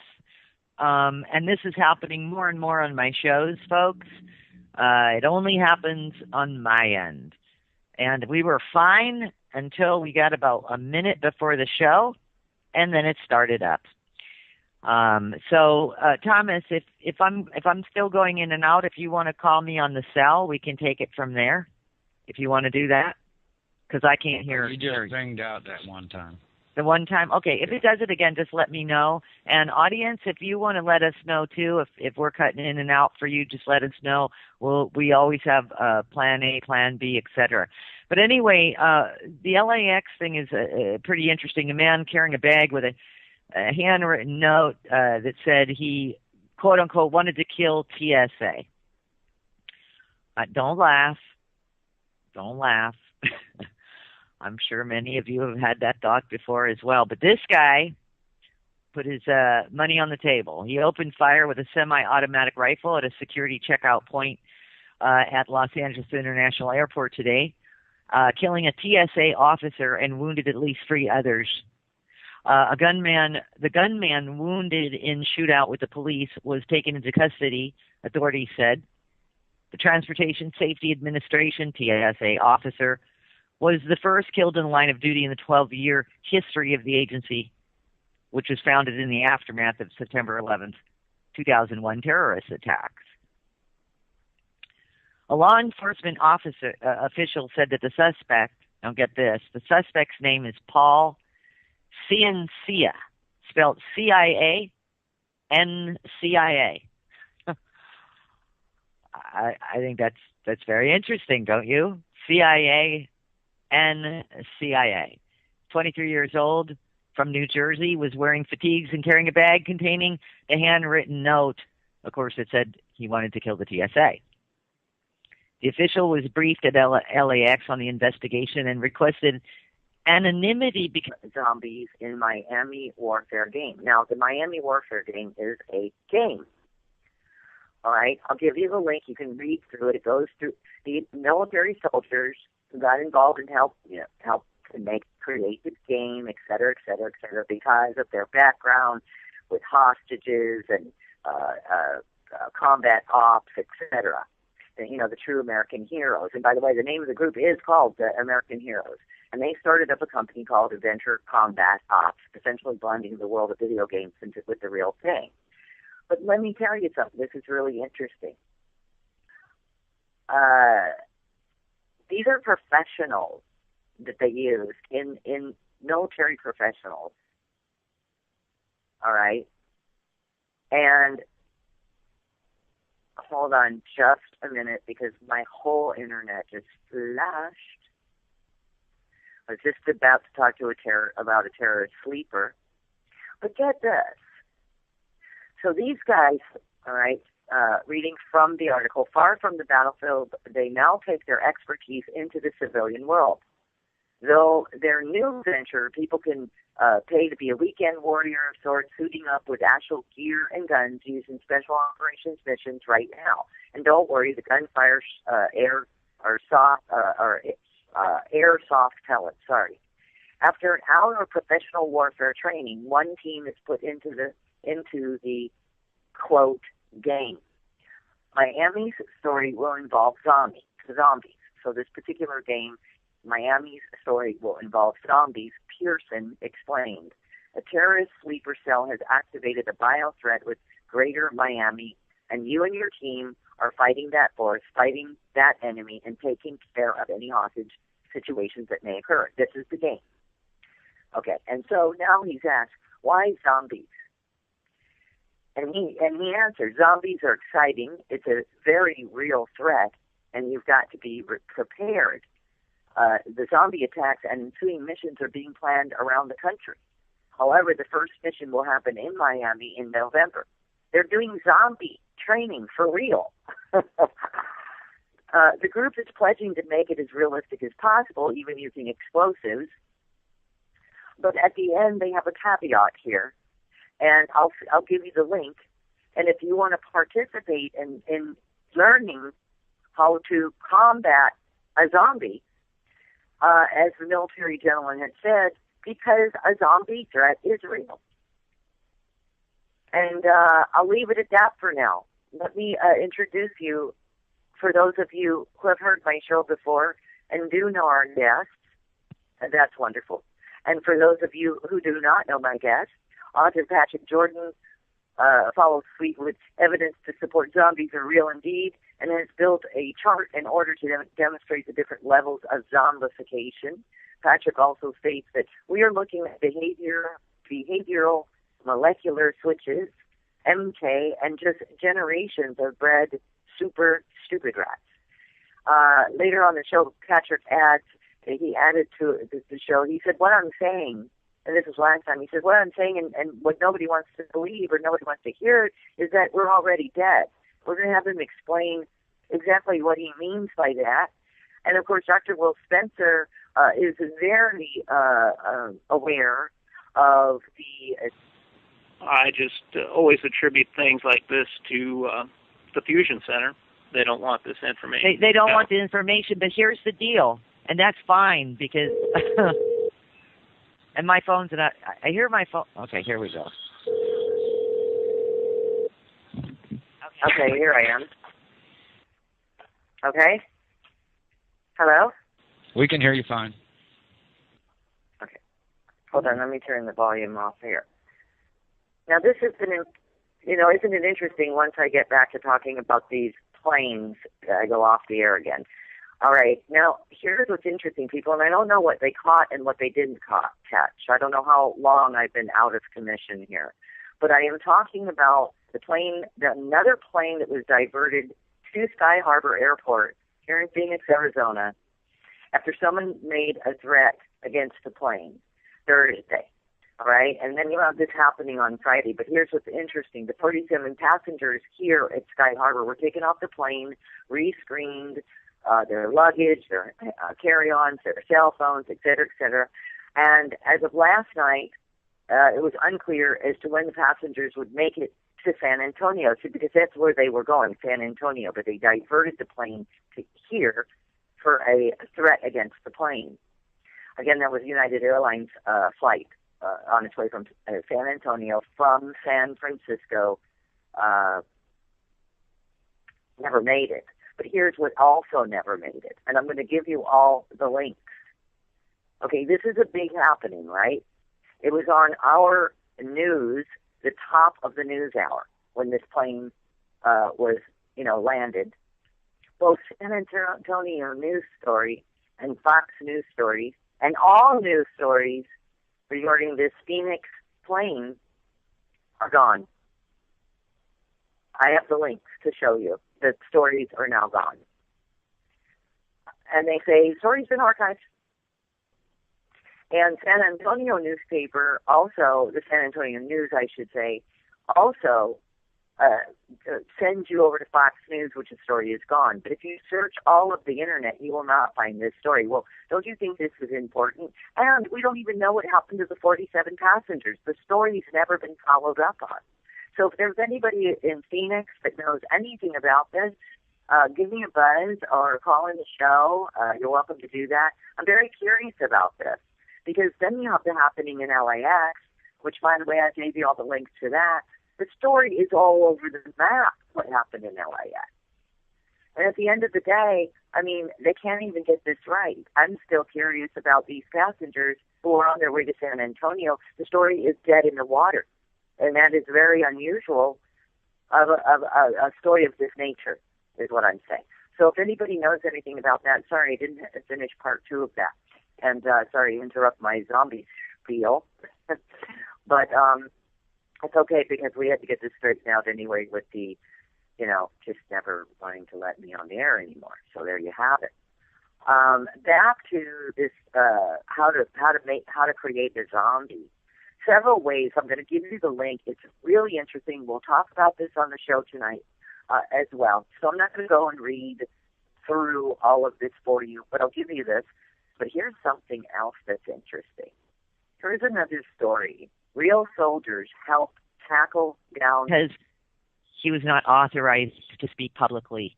A second law enforcement official confirmed the identity of Paul CIA, also speaking on condition of anonymity because he was not authorized to discuss the investigation publicly. But let's back up a little bit. The stories are already conflicting. I'm going to give you some links, and you can go and do the reading yourself. I'm going to not sit here and read over and over again, but I'm going to give you some links. And you tell me, write me at thetruthdenied.com, and you tell me, because this story has so many spins to it already, and it just happened today. I heard a report earlier on the radio today, a couple hours ago, where officials are already saying, see, what happened, let's back up. They got witness reports at the airport. That last link, that's going to show you witness reports. I just gave you a bunch of witness accounts, times, and everything. But later, after this was released by the LA Times, an official started, getting on the air, national radio, and saying that you can't really count on all of these witness reports. Because apparently there are a number of people that got shot and a number of people that got killed, but now they're going back and forth on this. Who was the gunman? They're saying that the gunman, this CIA guy, sorry, I think it's very funny. Paul is his first name. Actually, one of the TSA agents that he shot apparently was a co-worker. So wouldn't that make Paul CIA? A TSA worker? All these alphabets. Anyway, if you can find, I have found so many loopholes in this story at this point that, and sidewinding, that I have to say I don't even know really what happened there. I am at the point where I've read so many of the stories from, mainstream news, mind you. I have no idea what happened today. So all I can report is there was a shootout, shoot 'em up, bang, bang, over at LAX with some people by a suspect named Paul Sia. Just remember that. And that's all I know. And you know what? I don't even know if that's real. That's the honest to God truth. I don't even know if that's real. On the zombie note, and I'll bring my guests on in just a moment. It's quite interesting, the conversation we had last time. And listen, we can tongue-in-cheek some of this stuff, and then some of the stuff that we're talking about is absolutely beyond a shadow of a doubt real, and it is concerning. The show is not intended to freak everybody out on this Halloween. The number one costume in the Phoenix, Arizona, by the way, is the zombie costume. Now, I'll drop some links in this from Live Science, an article called How to Make a Zombie. The slouching, flesh-eating zombie has become one of the most in vogue creatures in current TV and movie offerings, appearing in films such as World War Z, and of course, the number one television series, The Walking Dead. So we established all of that last time we did the show, a few weeks ago. Most rational people scoff at the suggestions that real zombies exist. But a number of respected medical experts and academic journals have presented evidence that zombies are, in fact, real. To understand the zombie phenomenon and its Haitian roots, we discussed that last time, an appreciation of the practice of voodoo, we discussed that last time, sometimes spelled V-O-O-D-O-O or V-O-D-U-N, is needed. A religion based in West Africa, voodoo is still practiced in varying forms throughout the Caribbean, Brazil, the South Americas, and other places with strong African heritage. I'll give you the links to that as well. Voodoo spirituality has a rich tradition of fetish objects, including the so-called voodoo doll.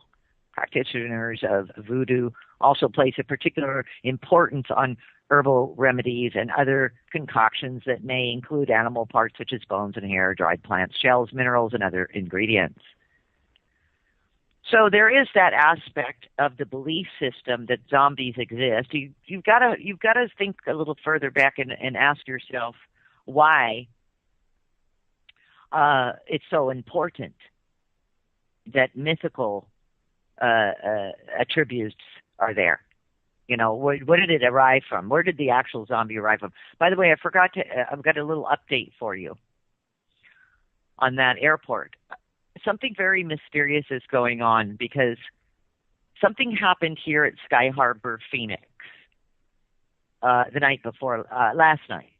A United Airlines flight was on its way to San Antonio from San Francisco and was forced to land in Phoenix.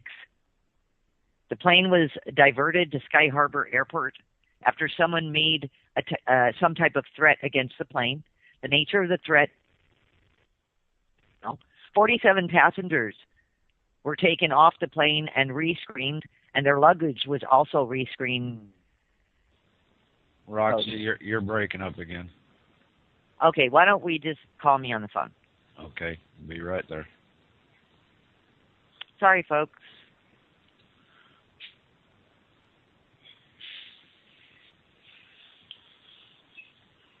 Are we calling me on the phone? I'm trying. It's not wanting to cooperate. Can anyone hear me on the air? Yeah, right now we can. Okay, so let me just keep talking. So here's what's interesting about this story, both from the San Antonio News, Phoenix News.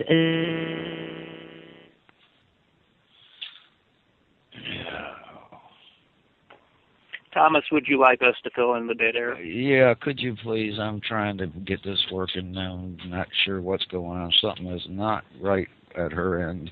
Sure. Sorry for that, folks. This is Pat Jordan.